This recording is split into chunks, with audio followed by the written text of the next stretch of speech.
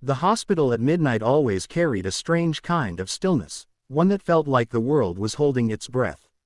But on this night, the stillness was shattered by alarms blaring from Trauma Room 6.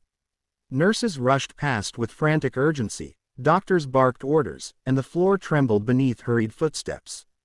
22 doctors had already taken their shot at saving the young woman on the table, and every one of them had watched their efforts dissolve into despair.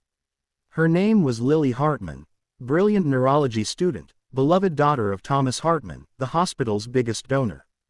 But none of her achievements mattered now. What mattered was that her heartbeat had stopped, and nobody could bring it back. The air in the room grew heavier with each ticking second. There were IV lines tangled like abandoned vines, syringes rolling off metal trays, sweat dripping down surgeons' brows. The lead doctor, Drive Kensington, slammed his gloves against the counter, his eyes bleak. "We've lost her," he said, voice trembling with exhaustion and frustration. "Time of death," but he didn't finish the sentence.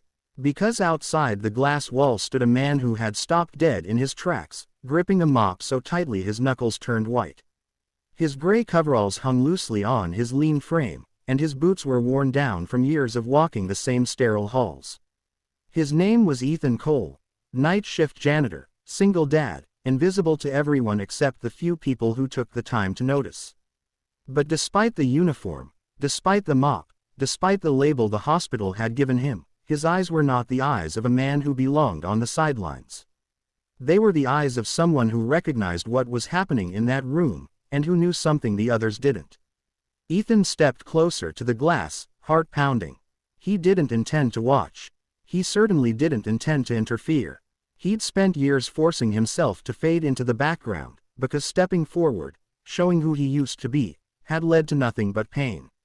But when the youngest nurse burst into tears and stumbled out of the room, Ethan couldn't pull himself away. He could see it, the subtle angle of her chin, the swelling around her neck, the faint discoloration near her ribs. He recognized it instantly. He had seen it in battlefield tents, in broken-down villages, in the arms of soldiers who clung to their last breath. Airway trauma, incorrect positioning. The medical team was fighting the wrong enemy.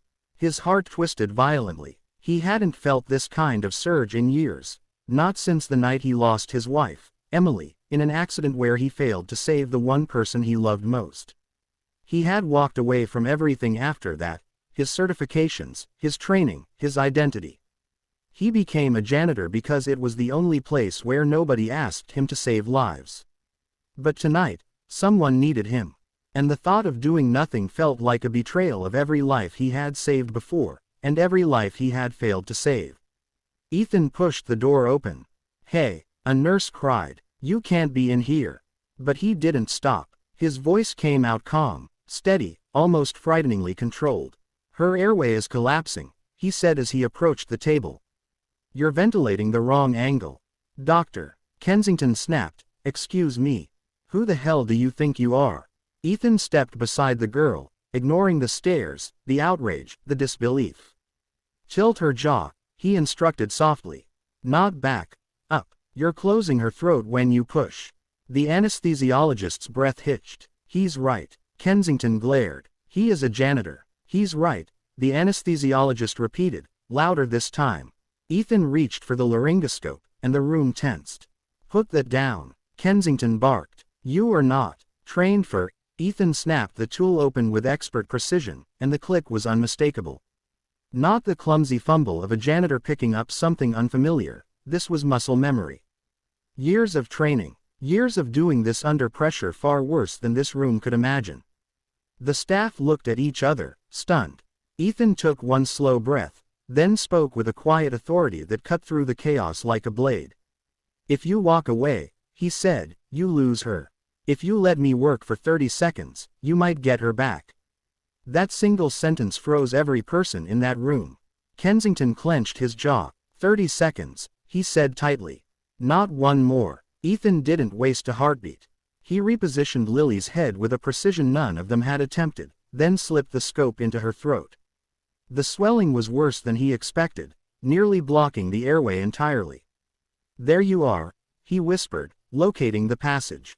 Then, with a single, decisive motion, he opened the path. Monitors flickered. A nurse gasped. The flatline trembled. Ethan placed his hands over her sternum and began compressions, not the typical rhythm, but a modified protocol used in field trauma to preserve brain function under airway obstruction. Charging paddles. Someone shouted. Clear. Electricity surged through the girl's body. A long moment passed. Then, beep, beep, beep. Weak, trembling, but real. She's got a pulse. A doctor cried. She's breathing. My God, she's breathing. Ethan stepped back, chest heaving, sweat dripping from his brow. He had saved her. He actually saved her. For the first time since Emily's death, Ethan felt his knees go weak, not from fear, but from relief. From release. Before anyone could speak, he turned toward the door, wanting nothing more than to fade back into his old role, pretend this moment never happened. But he didn't make it 3 steps before running into a man with tear-streaked cheeks and trembling hands. Thomas Hartman, Lily's father. He grabbed Ethan's arm. Who are you? Ethan swallowed, his voice barely a whisper. Just the janitor. But in that moment, everyone in that room knew that was no longer true, and maybe it never had been. Part 2. Ethan expected punishment. He expected reprimands, accusations, the full weight of the hospital's policies to come crashing down on him. What he didn't expect was the board calling an emergency meeting, with him at the center of it. Rumors spread like wildfire through the corridors. Nurses whispered about the janitor who knew more than the experts. Surgeons grumbled angrily, defensive of their pride. Young interns spoke his name in awe. But Ethan didn't want any of it. He wanted to clock out, pick up Grace from her friend's house, and forget that he had stepped into a world he had sworn never to return to. Instead, he found himself escorted into Conference Room 3, facing a long table filled with hospital executives, legal advisors, Drive, Kensington, several trauma specialists, and, at the far end, Thomas Hartman. The room fell silent when Ethan entered. He took a seat at the far corner, intentionally choosing the chair closest to the exit. Before anyone else could speak, Drive, Kensington slammed his file shut. This is absurd, he snapped. He violated protocol. He endangered the patient. Thomas raised a hand, silencing him with a single gesture. Then he stood and addressed the room. My daughter is alive because of this man, he said. And before any of you speak again, I want to know, who trained him? Ethan looked down at his hands. He didn't want to answer. He didn't want to revisit the memories he buried. But the truth hung in the air, and lies felt impossible now. I was a combat medic, he said quietly. Search and Rescue Division. I specialized in airway trauma under extreme conditions. The room stiffened. Kensington scoffed. So what? That doesn't make him a doctor. It makes him the only person in that room who understood what was killing my daughter, Thomas shot back. Don't confuse rank with talent. Kensington reddened, but said nothing. Thomas turned to Ethan. Why are you working as a janitor? Ethan hesitated. The truth was painful, but withholding it felt heavier. My wife died in a crash, he said softly.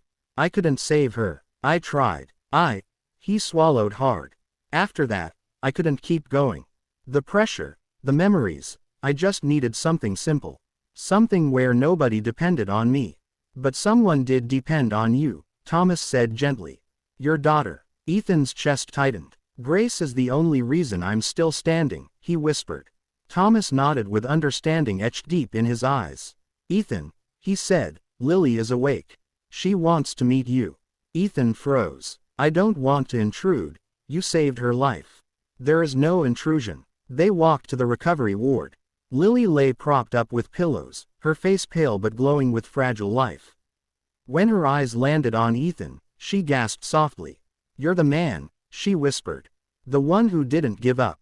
Ethan felt something crack open inside him, a part of his heart he thought had turned to stone. I just did what I could, he murmured. No, Lily insisted, her voice trembling. Everyone else stopped. You didn't. Thomas placed a comforting hand on his daughter's shoulder, then turned to Ethan with a seriousness that made the room feel smaller. I want to offer you something, he said. Ethan braced himself. If it's about legal issues, I understand. I'll sign whatever. Thomas frowned. Legal issues. He shook his head. Ethan, I want to sponsor your return to medicine. Ethan's breath caught. What? Full reinstatement, Thomas said. Certification, schooling, licensing, whatever you need. I'll pay for everything. You have a gift most doctors only dream of. Hiding it is a loss for the world. Ethan staggered back slightly. No, I can't. I have Grace. Her school, her life, and if you accept, Thomas said softly, your daughter will grow up watching her father become the man he was always meant to be. Ethan felt tears burn behind his eyes. He had spent years believing he wasn't enough. Not for his wife, not for medicine, not even for himself. But now, with one life renewed because he stepped forward, the possibility of who he could be flickered back to life. That night, he came home late. Grace sat on the couch, waiting for him with her legs tucked under a blanket. Daddy, she said with sleepy eyes, everyone at school said you saved someone. He knelt beside her, brushing her hair back gently. I did something, he whispered. And something happened back, something big. Grace smiled softly. Mom would be proud of you. The words broke something open inside him. He pulled her into his arms and held her longer than usual. In the months that followed, Ethan took the leap. With Thomas's sponsorship, he completed accelerated training, passed reinstatement exams, and shadowed some of the best trauma surgeons in the nation, many of whom silently envied the instinctive genius he carried. The hospital that once saw him as a janitor now relied on him in crisis after crisis. Nurses whispered with admiration when he walked by. Doctors consulted him. And every week, Lily visited Grace, two girls bonded by a miracle neither fully understood. As for Ethan, he became more than the man he once was. Not just a medic, not just a father, but someone who proved that even when life drags you into the shadows, one moment, one choice, can bring you back into the light. And every time he saw a janitor mopping the floors, Ethan made sure to stop, look them in the eye, and nod respectfully. Because he knew better than anyone, sometimes the person the world overlooks is the one who saves it.